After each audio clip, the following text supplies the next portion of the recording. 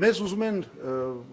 քննադատեն այն մարդիկ, ովքեր ասում են, այ դուք մտնելու եք դաշտ, փոշիացնելու եք ձեր ձայնը, չենք կարողանա Նիկոլ Փաշինյանին հաղթել։ Ես ձեզ վստահեցնում եմ, հիմա ում մասին են խոսում, չէ՞, խոսում են Սամվել Կարապետյանի, խոսում են Գագիկ Ծառուկյանի, Ռոբերտ Քոչարյանի այդ 3 մեծ ճամբարների մասին։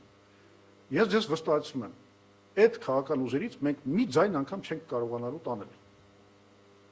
Իսկ եթե տանենք, դա լինելու են բացառություններ։ Մենք մեր ձայները տանելու ենք այն մարդկանցից, ովքեր իսկապես ցանկանում են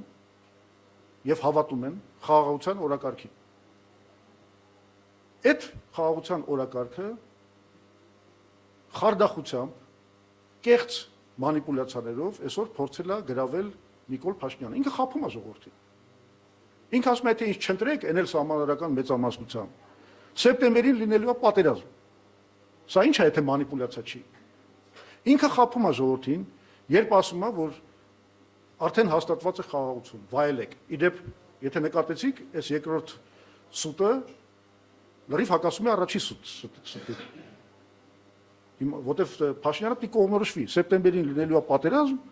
թե արդեն կա խաղաղություն, որը մենք պետք է վայելենք։ Էդ էլ չի կարողանում։